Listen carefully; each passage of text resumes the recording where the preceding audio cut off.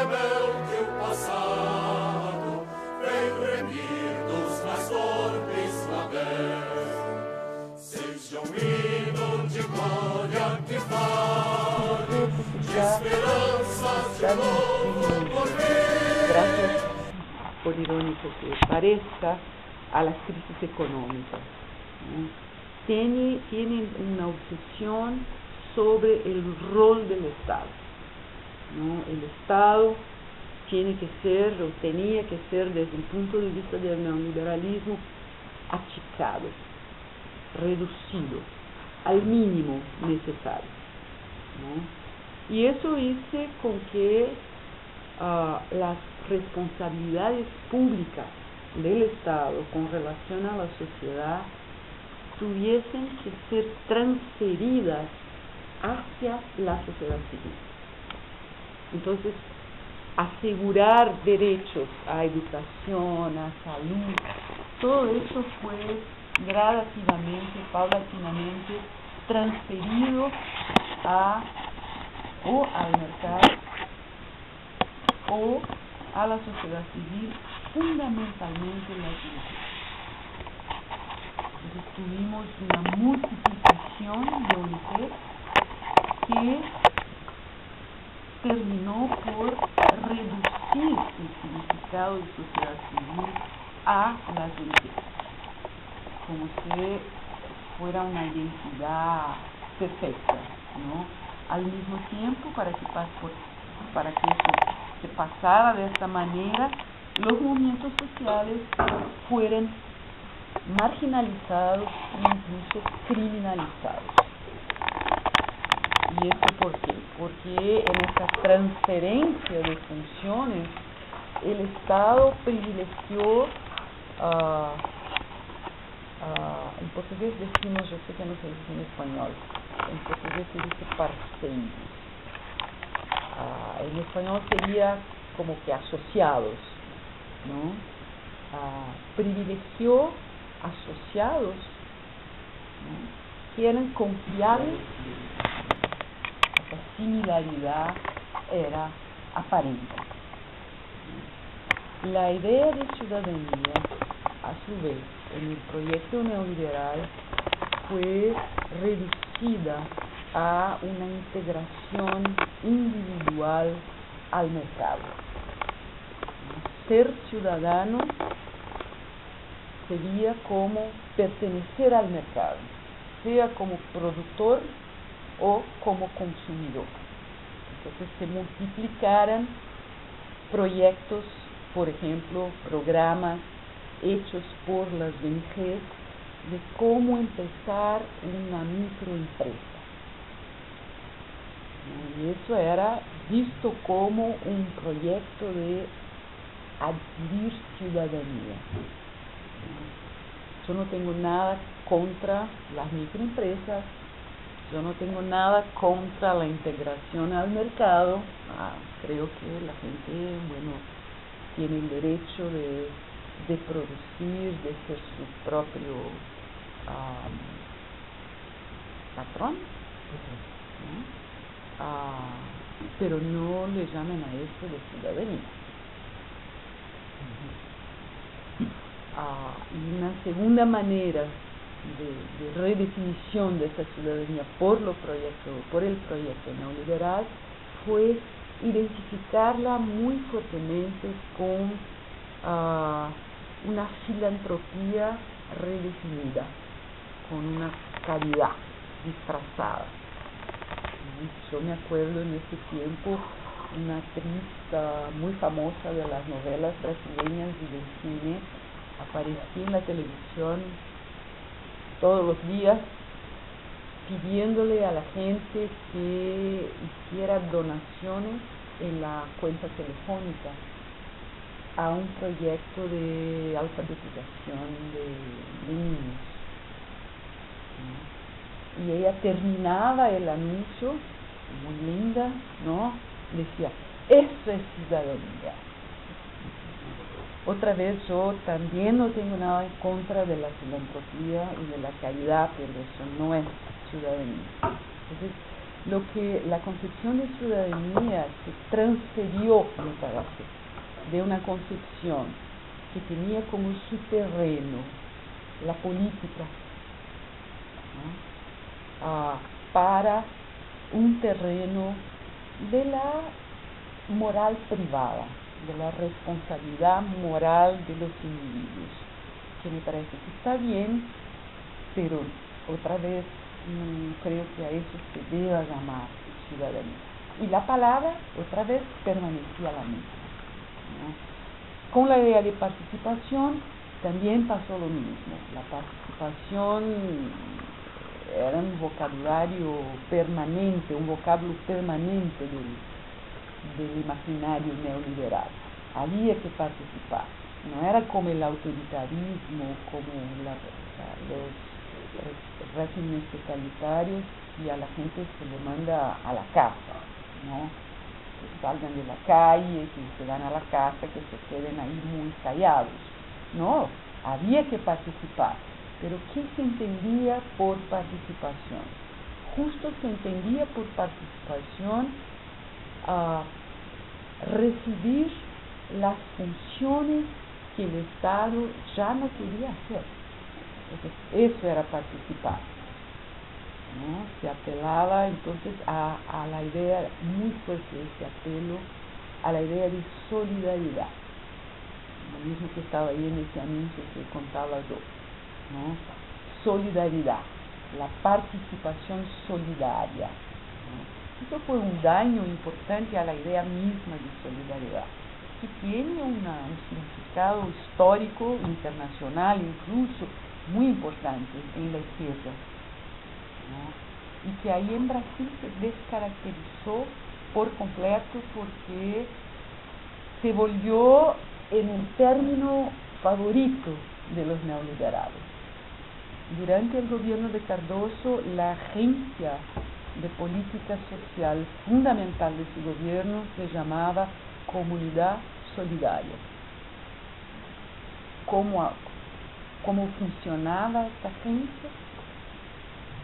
Funcionaba con asociaciones, con ONGs o con empresas privadas para desarrollar microproyectos de educación, lo que se llama la política pública, la política social focalizada. ¿Se dice focalizada? En foco, ¿no? Que tenía como criterio no los derechos universales a la igualdad, pero como criterio fundamental cuáles son los sectores sociales en riesgo. A esos hay que atender de alguna manera, porque si no se mueren o va a ser un desastre total. Entonces, el foco de las políticas eran exactamente esos sectores en riesgo. La concepción de un derecho universal está totalmente ausente de eso. Entonces, en esta situación de confluencia perversa, yo creo que las ideas neoliberales avanzaron mucho, incluso porque eso creó una confusión muy grande en la gente, incluso en los propios movimientos sociales que históricamente habían militado y luchado por los derechos. ¿Y por qué? Porque se los convocaba a participar. Y eso vimos con mucha claridad en encuestas, investigaciones que hicimos. La gente iba. Incluso porque hay que pensar que el héroe, me ayudan, el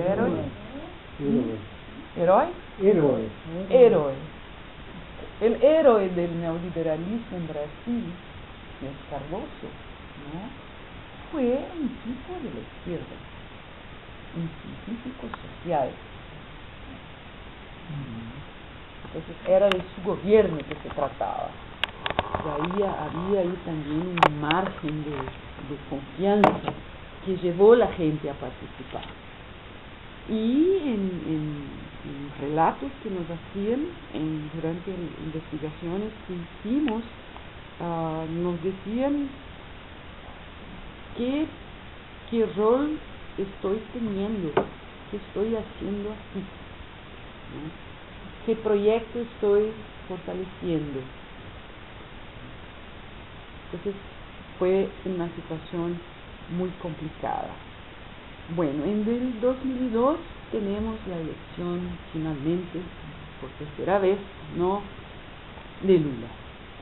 Y yo quiero decirles, para que no me entiendan mal, ¿no?, que yo incluso participé en la creación misma del partido, ¿no? Pero tengo una posición hoy día bastante crítica, y tengo esta posición porque me parece que políticamente es la más importante. Es más importante reconocer los problemas y hacer una crítica clara y limpia, lo que seguir en la idea de que, bueno, llegamos al poder, todo está bien, todo está perfecto, ¿no? Eso les digo para que no me entiendan mal, porque justo ahora voy a empezar un poco a hablar de cómo estamos en este momento y de lo que me parece que no está bien, ¿no? Además de lo que sí está bien, ¿sí?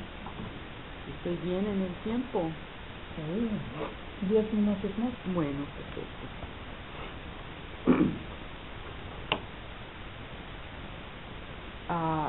Yo diría, la primera cosa más importante es que este proceso de marginalización y criminalización de los movimientos sociales, y les podría dar muchos ejemplos sobre eso durante el periodo de Cardoso.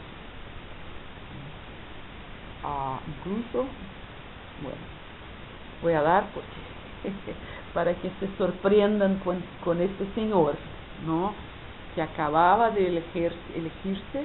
Hubo una huelga muy fuerte de los trabajadores petroleros en Brasil, y Cardoso dice con todas letras, ¿no?, y primero envió los tanques militares para controlar el movimiento, y eso fue un choque incluso para la gente que no era de izquierda, ¿no?, porque la memoria del tiempo en que los tanques estaban en la calle era muy reciente, ¿no?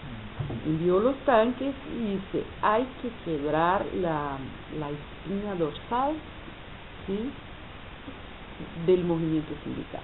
Eso lo dice con todas las letras, está ahí publicado en los periódicos y todo.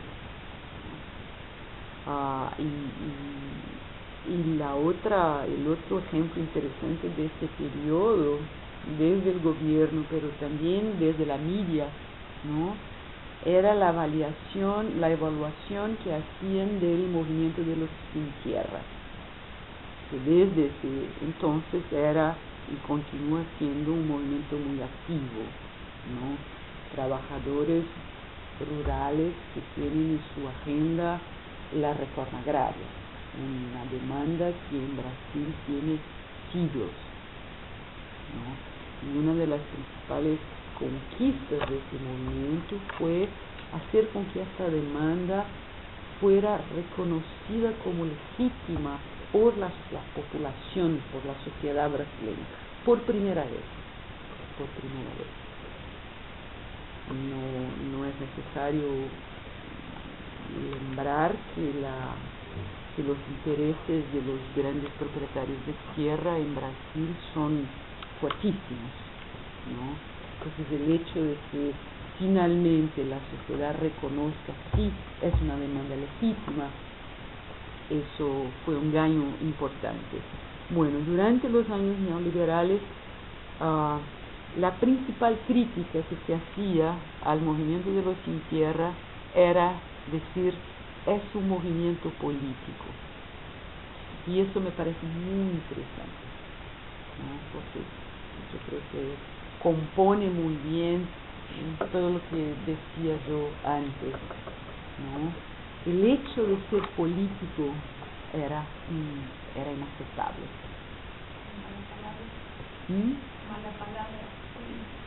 Mala palabra. Y no se reconocía a este tipo de gente, ¿no?, el derecho a hacer política. Quien hace política no son ellos, somos nosotros, ¿no?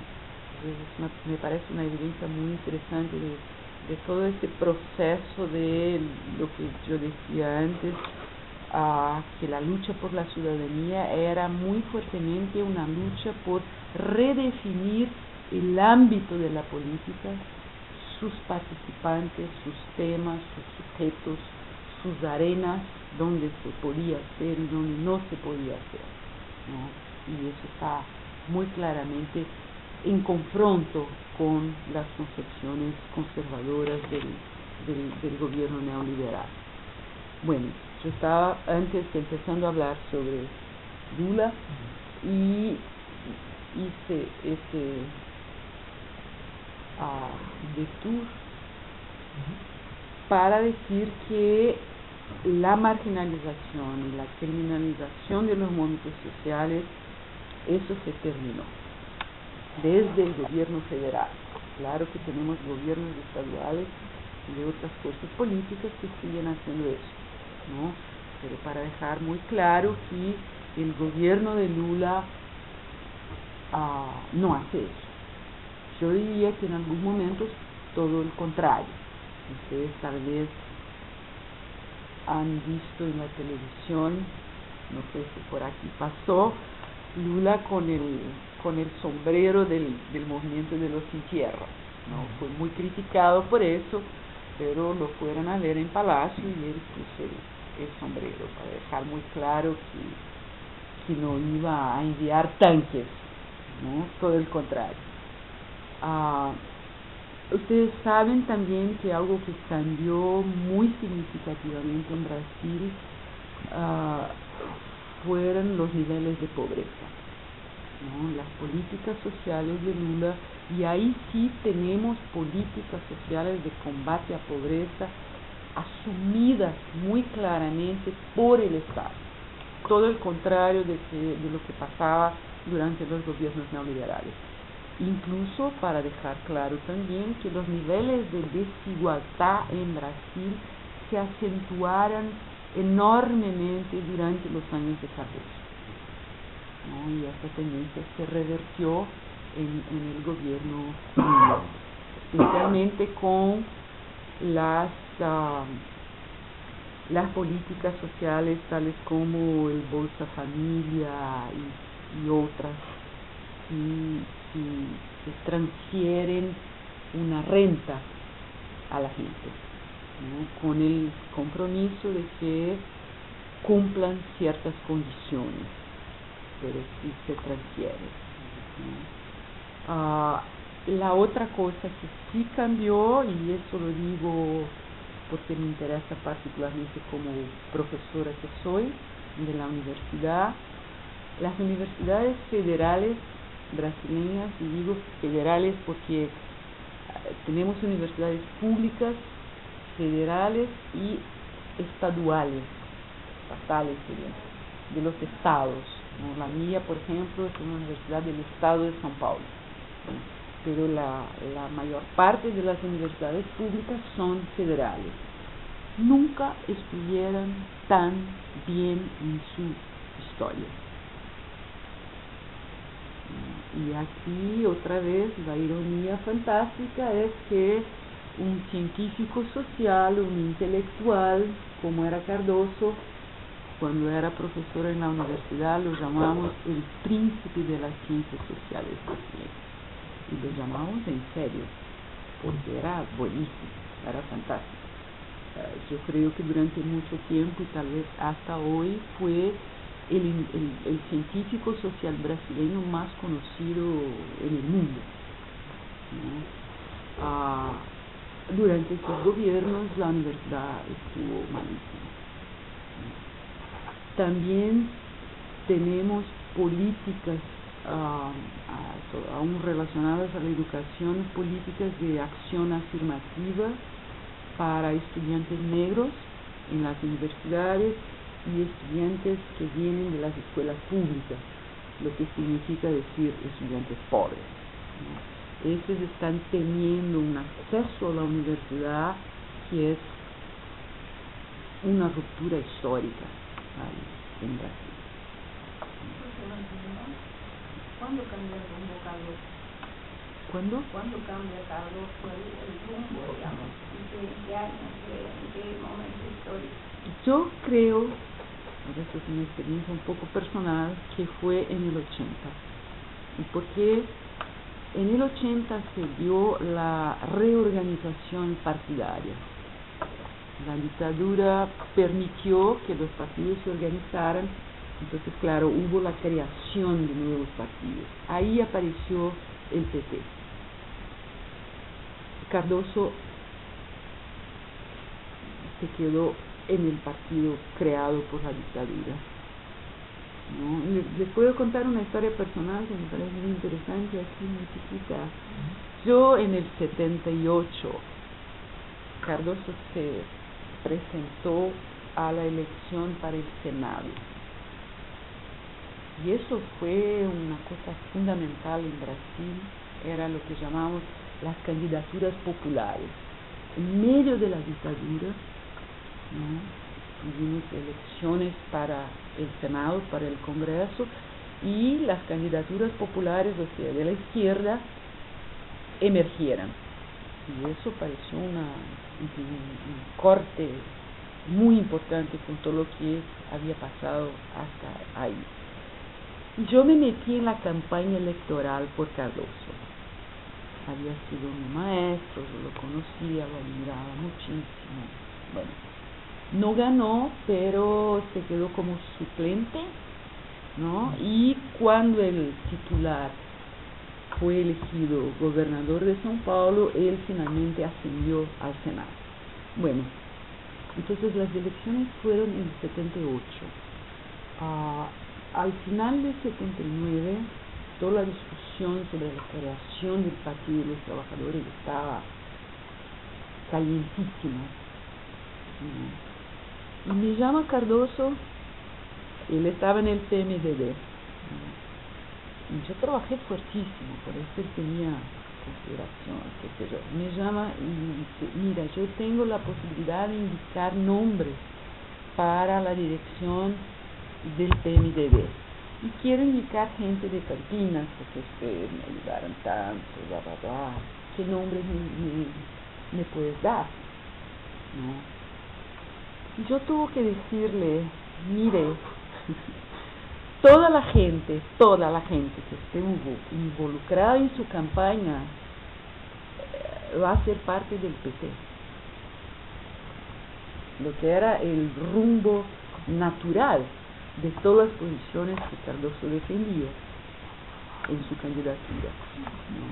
Entonces, por eso te digo que para mí esto fue el corte, ¿no? Puede ser que algunos les indiquen en otros momentos, pero eso para mí fue tajante, ¿no? Bueno, para terminar, a pesar de la disminución de la pobreza y de la desigualdad, bueno, también hay que reconocer cosas que yo creo que ustedes saben, que la economía brasileña está bien, a pesar de la crisis por todo el mundo, ¿no? No es que no haya problemas, la inflación sí empezó a aumentar un poquito, pero la gente tiene empleo, el empleo creció mucho y el empleo formal, lo que es importante, ¿no? Porque más de la mitad de la economía brasileña es economía informal.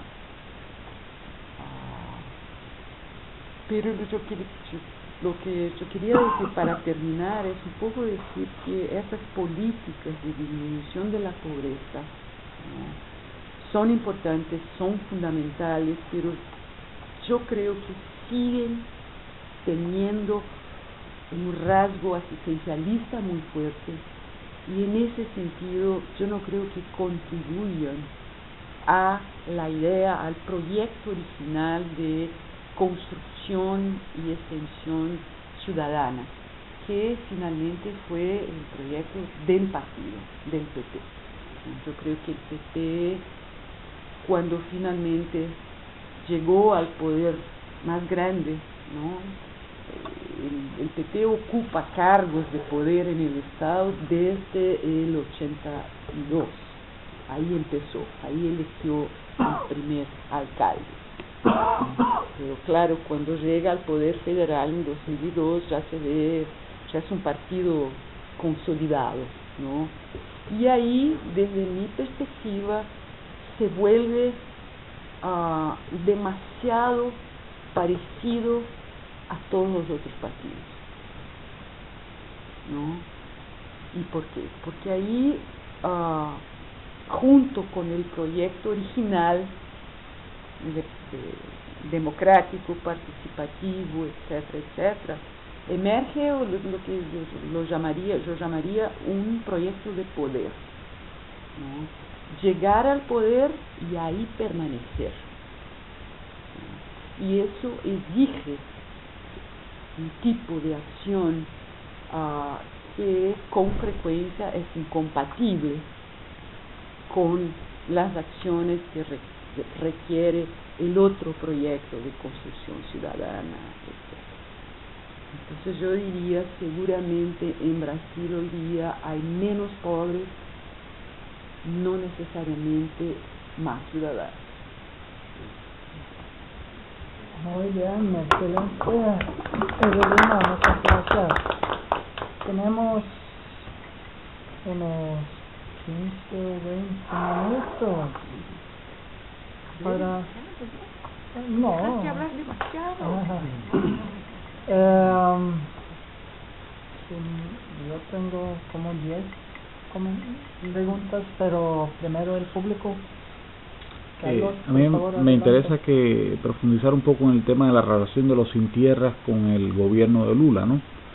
Porque he leído hace algún tiempo que seguían habiendo conflictos con el gobierno, ¿no? Esa es una cosa. El gobierno de izquierda es justo que el control y la subordinación por parte del Estado en relación a los movimientos, eso que les hablaba del pasado histórico de Brasil, vuelva otra vez, ¿no? Entonces yo diría que la manutención de la autonomía de los movimientos sociales y cómo complementarla, cómo agregarla al apoyo a este gobierno que finalmente representa,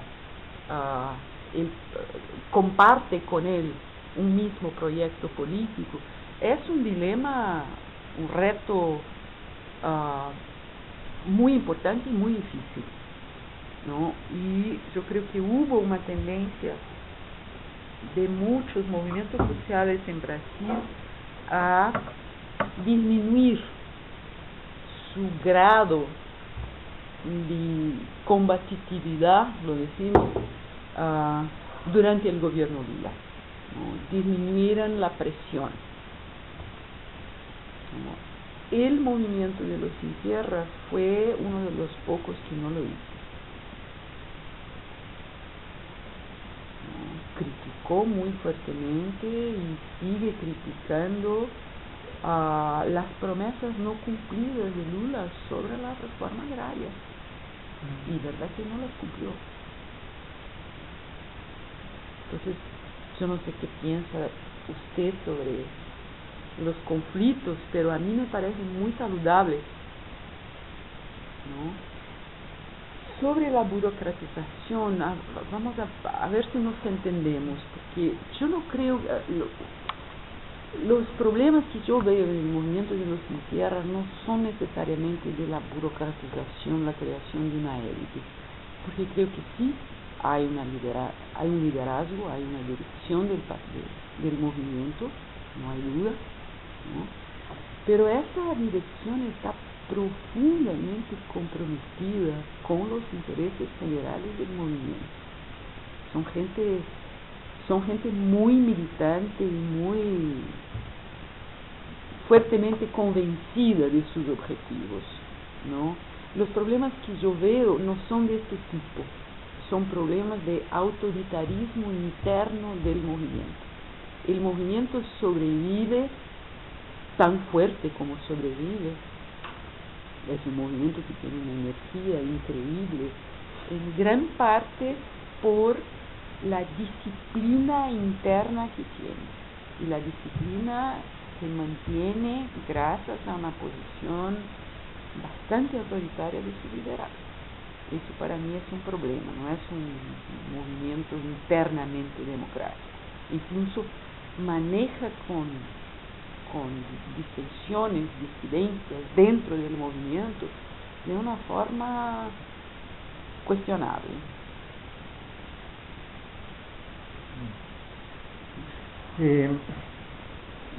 Primera declaración, yo fui abogado a la reforma agraria en Chile y a mí me agrada mucho, digamos, que en Brasil aún se mantenga, digamos, este concepto. En Chile simplemente se vino. En Chile nadie habla de reforma agraria, y cuando se habla de reforma agraria se habla del robo que se hizo, a pesar que la reforma agraria chilena se hizo por una ley y se cumplió estrictamente lo que tenía la ley. Y el otro comentario que como chileno hago, yo voy bastante seguido a Chile en la actualidad, es que en Chile se produjo se trató de que la política fuera lo más sucio, digamos. La dictadura dijo la política es simplemente es algo que no debe practicarse. Mala palabra. Y dentro de eso, es decir, ellos aducen cada vez que una persona progresista hace alguna observación que eso es ideológico, no reconociendo que ellos tienen una ideología tan grande como la que podemos tener nosotros, pero en general no se los enfrenta en eso, en decirles, señores, ¿ustedes qué me vienen a hablar de ideología? Es que no es una ideología larguísima y mucho más antigua que la nuestra. Eso solamente es ocurre. Habría que decirles a los estudiantes chilenos que demostraron tanta fuerza recientemente que incluyeran la reforma agraria entre sus demandas, ¿no? A ver, puede ser. Sí.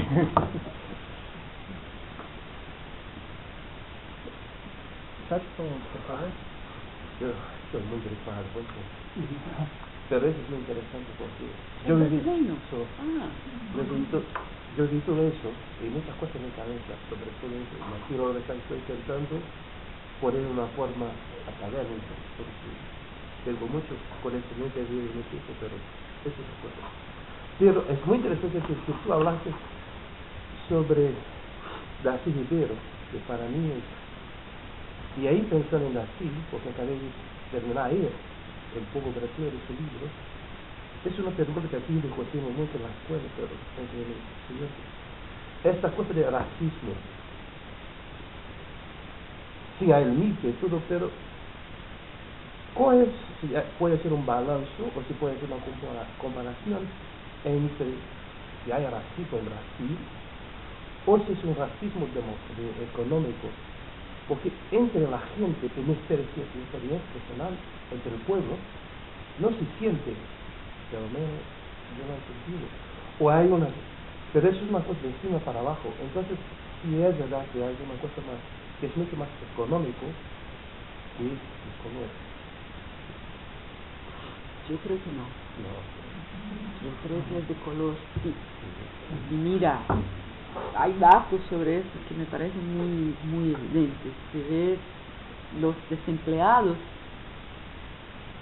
el contingente de desempleados en Brasil, ¿qué color tienen en su mayor parte? El contingente de gente que está en la cárcel, ¿qué color tienen? Son negros, son negros. Eso significa que sí, seguro que hay una diferencia. Que yo creo que no se agota en lo económico. Y ojo, porque eso fue un argumento utilizado exactamente para negar el racismo, diciendo no se trata de color, es una diferencia de clase, ¿no? Y yo creo que es mucho más complicado. Está cambiando. Claro, pues todas partes, me imagino. Los jubilados y los marginados han determinado eso, extranjeros, somos.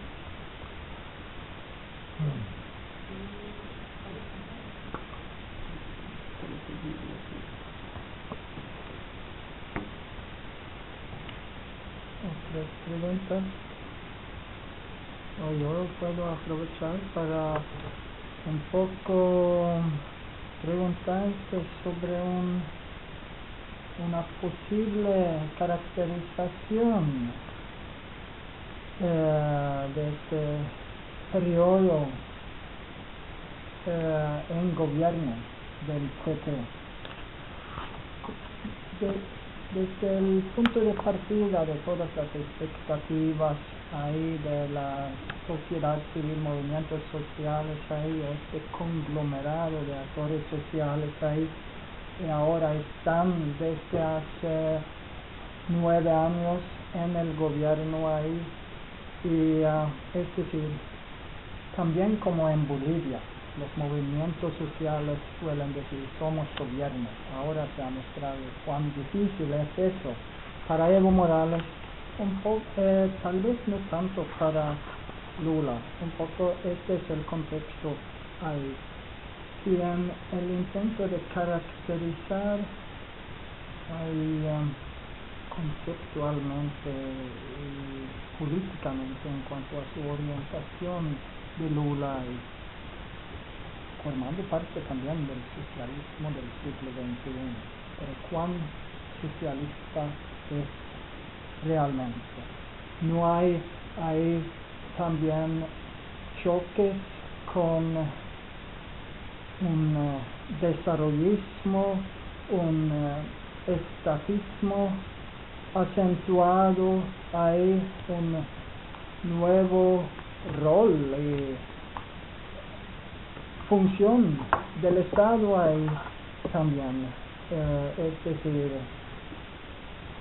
en estas situaciones, desde arriba el gobierno federal hasta abajo, también considerando ahí las experiencias y el perfil del PP inicial como inclusión, participación ciudadana, etc. ¿Cuál sería tu balance ahí en este término? Bueno, algunas cosas creo que las dice, ¿no?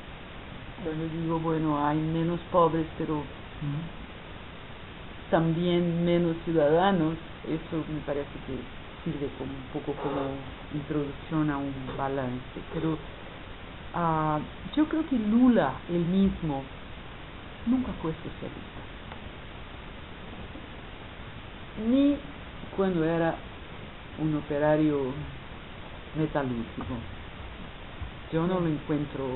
Bueno, es lo que yo pensaba, tal vez de un socialismo reformista como la socialdemocracia sueca, pero no un socialismo radical. Sí, no, yo no sé ni si es posible, bueno, como que decir, encontrar modelos donde encajarlo, ¿no? Yo creo que sí tiene una obsesión con el combate a la pobreza y en ese sentido con la defensa de la igualdad.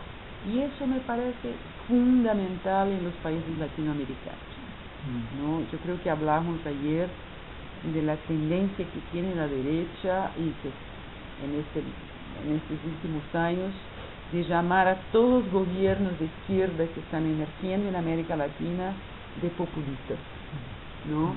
Y en general los llaman de populistas porque defienden los intereses del pueblo. Claro que ahí también es posible decir otras cosas, no estoy reduciendo todas las críticas de todas las acusaciones a eso, pero es verdad que ese es el principal fundamento de la acusación de populista, es simplemente, bueno, vamos a invertir de alguna manera el énfasis histórico de nuestros países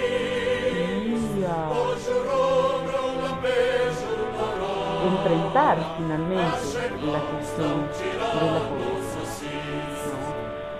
Sobre el estatismo que mencionas, ahí sí todavía ayer creo un riesgo importante, no solamente en Brasil, pero también en Brasil, especialmente ahora con el gobierno de Dilma. ¿Y por qué? Porque Dilma no es parte de eso. Ella esclavizó al PT hace pocos años. O sea, todo este proceso de democracia, de constitución ciudadana, todo este énfasis en la participación, Dilma no vivió. Su experiencia política es una experiencia muy vinculada a un modelo estatista desarrollista, o sea, un Estado concebido como el objeto fundamental de la transformación de la sociedad, y un Estado que puede hacerlo, puede asumir ese rol, porque tiene legitimidad, y tiene legitimidad no solamente porque fue electo, pero porque está comprometido con los intereses de los ciudadanos, y eso es lo que quiere.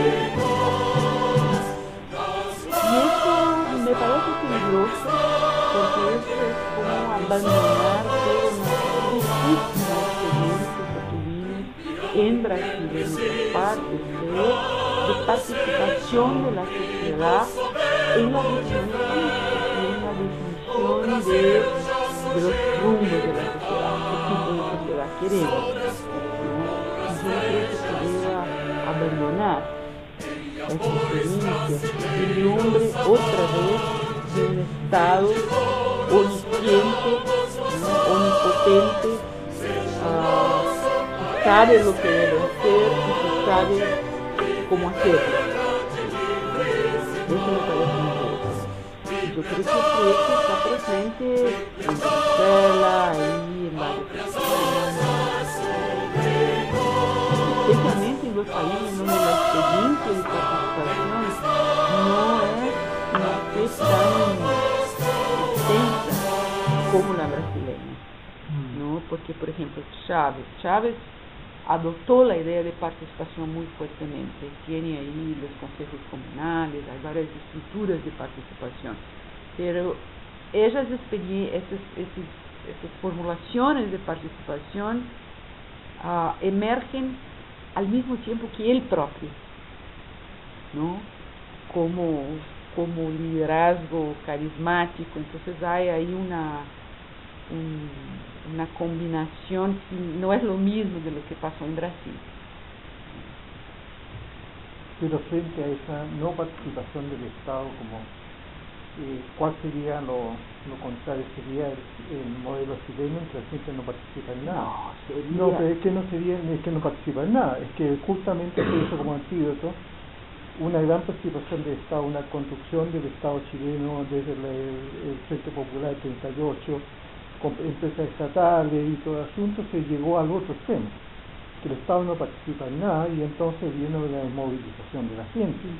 Y este movimiento de los estudiantes es como un renacer de una participación que exige una mayor participación del Estado. Y muy sorprendente, porque toda la gente en Chile, todos mis colegas chilenos me dicen, yo les pregunto, ¿dónde están los movimientos sociales? ¿Dónde está la sociedad civil? No existe. ¿No? Y de repente ahí tenemos los estudiantes en la calle organizados y además efectivos, porque si tuvieran éxito, ¿no? ¿Cuál es el modelo? Para mí el modelo es un Estado fuerte, decidido, que comparta su poder con la sociedad organizada. Disculpe, ¿usted pudiera volver a la idea de que Lula no es socialista? Concretamente, ¿por qué usted cree que no es socialista Lula? ¿Qué es lo que le falta para hacer? Bueno, yo te devolvería la pregunta. ¿En qué uno, al decir que Lula es socialista, está basado en qué? O sea, para mí ¿Qué dice Lula del socialismo? el mismo en cuanto a personas. Yo no estoy hablando del partido, ¿no? Podemos hablar del partido porque el partido también, la cuestión del socialismo fue bien complicada dentro del partido.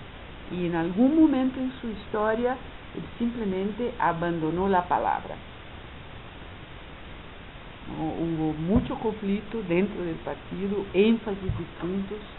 ¿No? Ahora, personalmente, eso para mí no parece, no es grave, que uno se diga, yo soy socialista, a mí me importa lo que hace. Y él no hace nada por el socialismo. Que, bueno, depende de cómo entendemos el socialismo. Por eso dice, él tiene una obsesión con la pobreza y con la igualdad. Si eso es ser socialista, Claro. está muy bien. Pero no habla de civilización de los medios. No, él no habla de... Y claro, ni podría hablar, ¿no? A no ser que sea un vanguardista, un voluntarista loco, porque no se puede conducir un programa socialista sin base social.